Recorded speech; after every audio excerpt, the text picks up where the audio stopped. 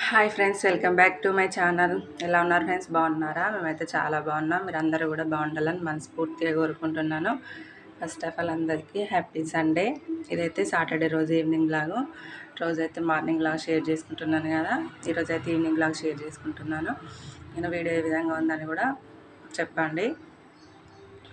First time నా channel చూసిన వాళ్ళైతే సబ్స్క్రైబ్ చేసుకోండి. నా వీడియోకి ఒక లైక్ ఇవ్వండి.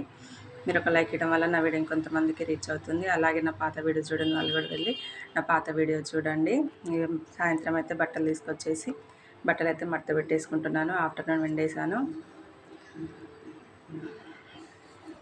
ఈవినింగ్ పనులు అయితే స్టార్ట్ చేయాలి.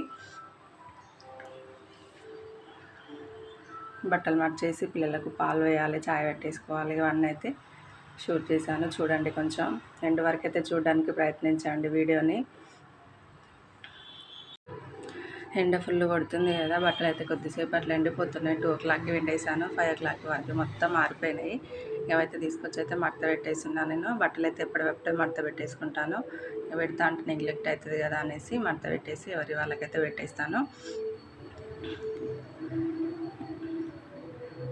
మొన్నే మడత పెట్టేశాను. పిల్లలు అయితే ఆగమాగం చేస్తారు, ఒకటి తీసేస్తారు. అన్నీ మరి చేసినట్టే ఉంచట్లేరు బట్టలు అయితే.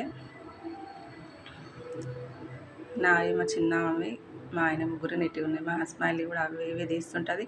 అన్నీ కుప్ప వేసింది బట్టలు మొత్తము.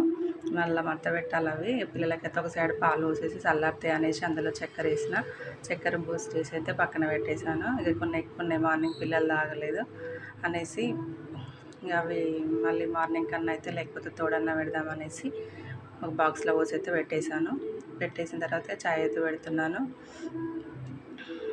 స్మైల్ చూస్తుందిగా.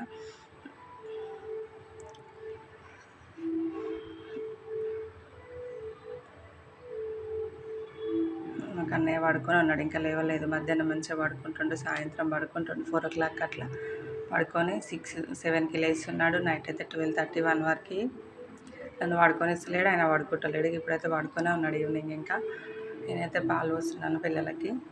ఇద్దరికి పోసిన, ఆయనకు కూడా కప్పులో పోసి పెట్టేశాను.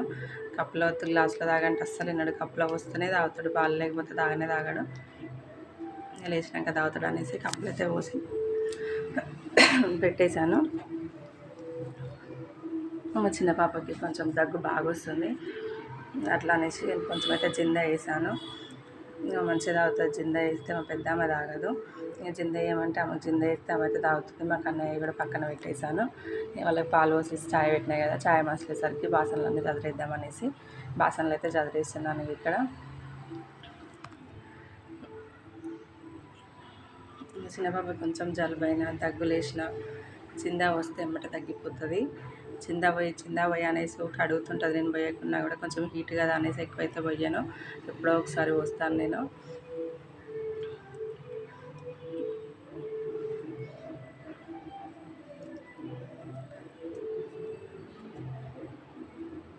డస్ట్ అయితే మస్తు పడుతుంది. ఎంత దులిపినా కూడా అట్లనే వస్తుంది. రోడ్డుకే ఉంది మాది, పైన ఉన్నది మస్తు డస్ట్ పడుతుంది. ఇక బాసనలు అన్నీ చదివేసి గిన్నెలు అయితే అన్నీ సింకులో వేసుకుంటున్నాను కడిగేకి మొత్తము.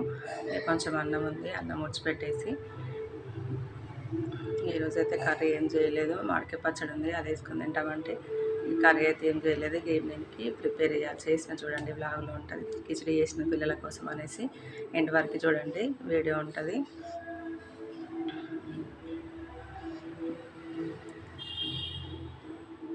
ప్లీజ్ అంటే ఎండ్ వరకు చూడండి. అలాగే వీడియోకి కూడా ఒక లైక్ ఇవ్వండి. ఈలోపు చాయ్ కూడా మసిలిపోయింది. ఇక చాయ్ అయితే పోస్తున్నాను. మాకు అన్నయ్య ఖచ్చితంగా కొంచెం చాయ్ ఉండాలి, లేకపోతే అడుగుతాడు. ఇక మేము ఇద్దరం పోసుకొని ఆయన పడుకొని ఉన్నాడు కదా, బాగా చల్లగా అయిపోతుంది అనేసి దాంట్లోనే ఉంచిన. మళ్ళీ లేచిన తర్వాత కొంచెం వెయిట్ చేసి ఇవ్వచ్చు అనేసి మళ్ళీ పిల్లలకు కూడా మరి చల్లటి పాలు చాయ్ అసలు ఆపియొద్దు. కాకపోతే ఆయన ఏడుస్తాడు అనేసి కొంచెం పోస్తాను ఆయనకి. వీళ్ళిద్దరికైతే అసలు అలవాట్లేదు, చాయ్ తాగరు. ఎప్పుడో ఒకసారి పాలే వస్తాను మ్యాక్సిమం. కానీ ఆయన ఇంకోటి చెప్పినా అయినాడు అనేసి కొంచెం పోస్తాను ఆయనకి. మరి చల్లవి కూడా ఇవ్వద్దు పిల్లలకి, పాలు కానీ చాయ్ కానీ కొంచెం గోరువెచ్చగా ఉన్నప్పుడే ఇవ్వాలి. ఇక లేచి వచ్చిండు, వాటర్ కావాలని అంటే ఎక్కడున్నాయి డాడీ సరువు అంటే వెళ్ళిండు. ఇక వచ్చి మళ్ళీ పాలు తాగుతాడు.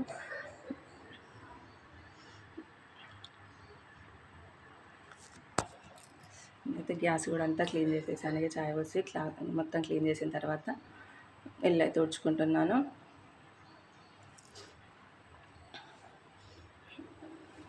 స్మైలీ చూడండి ఇక్కడ కూర్చోడానికి ప్లేస్లోకి మిషన్కి కూర్చున్నది. నేను లొడుస్తుంటే మళ్ళీ లేమ్మంట అనేసి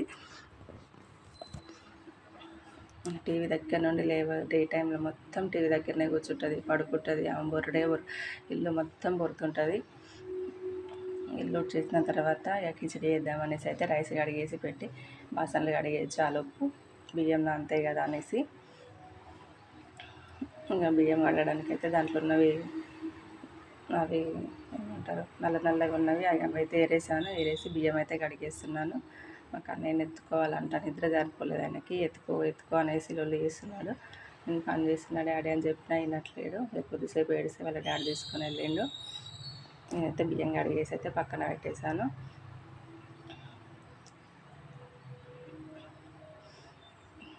బియ్యం కడిగేసి పక్కన పెట్టేసిన తర్వాత బాసనలు అయితే కడిగేసుకుంటున్నాను.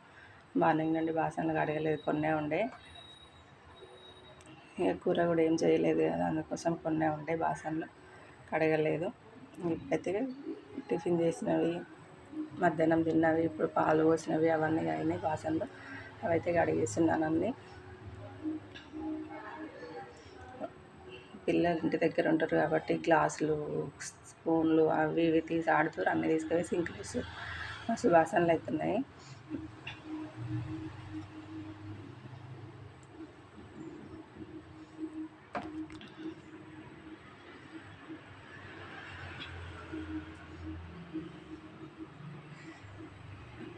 కిచెన్లో నుండి బయటికి వెళ్ళేసరికి అయితే మొత్తం తడిచిపోతున్నాం. కనీసం 3-4 టైమ్స్ అయితే బాసనలు కడిగి అంతసేపు ముఖం కడుక్కోవాల్సి వస్తుంది. అంత చెమట వస్తుంది, నెత్తిల నుండి కాలుతుంది. మరీ చెమట మాత్రం మస్తు ఘోరంగా వస్తుంది. ఉండలేకపోతున్నాం అసలు కిచెన్లో. ఫాస్ట్గా అయితే బాసనలు అన్నీ కడిగేసాను. మా ఆయనకి మళ్ళీ నైట్ డ్యూటీ ఉంటుంది కాబట్టి వంట కూడా తొందరగా ప్రిపేర్ చేయాలి.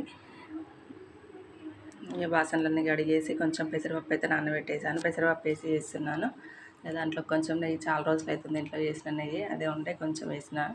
కొంచెం వేసి కొంచెం అయితే ఆయిల్ పోసాను. దాంట్లో కొంచెం ఇలాచి, లవంగాలు, సాజీర, దాల్చిన చెక్క, కొంచెం బగారాకు ఇవన్నీ అయితే వేసుకున్నాను.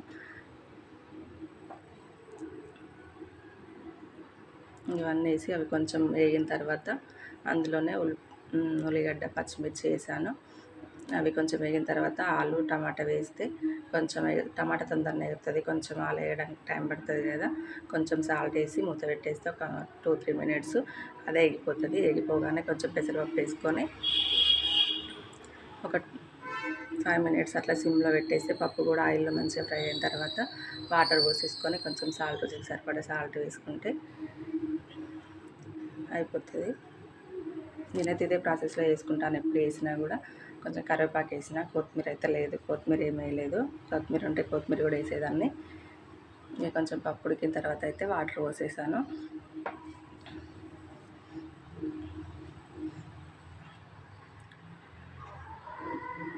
వాటర్ పోసి కొంచెం సాల్ట్, కొంచెం ధనియా పౌడర్ వేసేసి మళ్ళీ మూత పెట్టేసి అది మసలగానే రైస్ అయితే వేస్తాను.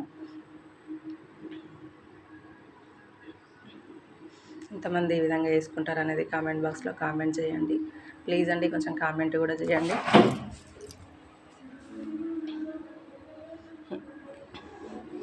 ఎసరు వచ్చింది కదా, ఇక్కడ ఎసరు వచ్చిన తర్వాత బియ్యం అయితే వేసుకుంటున్నాను. 2 రైస్ కుక్కర్ కప్పుతోటి 2 కప్పుల బియ్యం కడిగాను. పెద్ద గ్లాస్ తోటి అయితే 3 గ్లాసుల వాటర్ అయితే వేసాను నేను. అన్నం అయితే అక్కడికి సరిపోతుంది, కరెక్ట్ అవుతుంది. ఇక ఫైనల్గా అయితే అన్నం కూడా అయింది చూడండి. మంచిగా అయింది, పలుకోలేదు, మెత్తగా కాలేదు, మంచిగా పొడిగా అయితే అన్నం అయింది. పిల్లలు కూడా మంచిగా తిన్నారు. నైట్కి మహానే అన్నం తినట్లేదు, ఆమె కోసం అని చేశాను మెయిన్గా. మళ్ళీ ఒకసారి బాసనలు కడిగేసి రేపు సండే కదా, సండే అనేసి సాటర్డే ఈవినింగ్ నైట్ అయితే ఖచ్చితంగా నేనైతే గ్యాస్ కడిగేస్తాను. ఇక తిన్న తర్వాత మళ్ళీ ఒకసారి బాసనలు అన్నీ కడిగిన తర్వాత అయితే గ్యాస్ మొత్తం అయితే కడిగేసాను. ఖచ్చితంగా సాటర్డే రోజు నైట్ అయితే కడిగేసుకుంటాను గ్యాస్.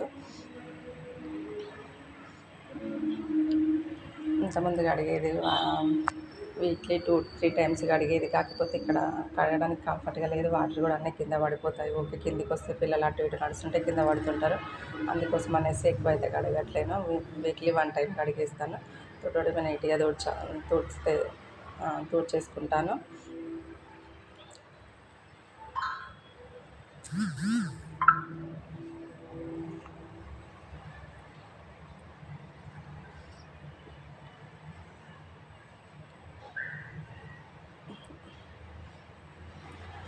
రుద్దడం అయితే అయిపోయింది.